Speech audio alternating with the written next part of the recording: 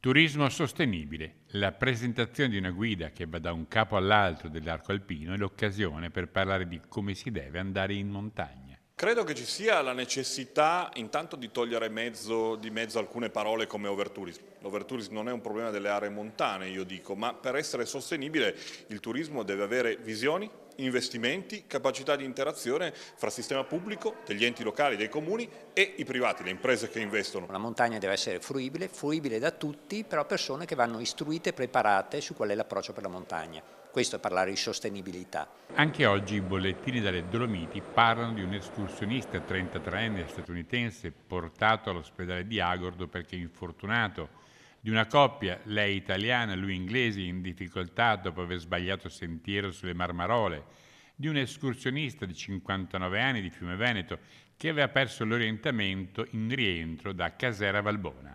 Come dire che chi va in montagna dovrebbe pensare di più e meglio a dove va e come ci va, con quali capacità e quale preparazione. Sono aumentati i numeri e è diventato un turismo in cui tutti si approcciano, magari sottovalutando, l'abbiamo visto con il numero di incidenti in montagna che ci sono stati quest'anno, sottovaluta la fatica, la capacità di adattarsi alla situazione. Il meteo diventa indispensabile, l'abbigliamento diventa indispensabile. In questo territorio che si apre alle Olimpiadi fra qualche mese la sostenibilità vuol dire accendere dei riflettori importanti e dargli un seguito per avere non solo numeri in più, ma anche più investimenti, più risorse spese da chi arriva, interazione fra chi c'è, chi vive qui e chi arriva per passare dei momenti di svago, relax e sport.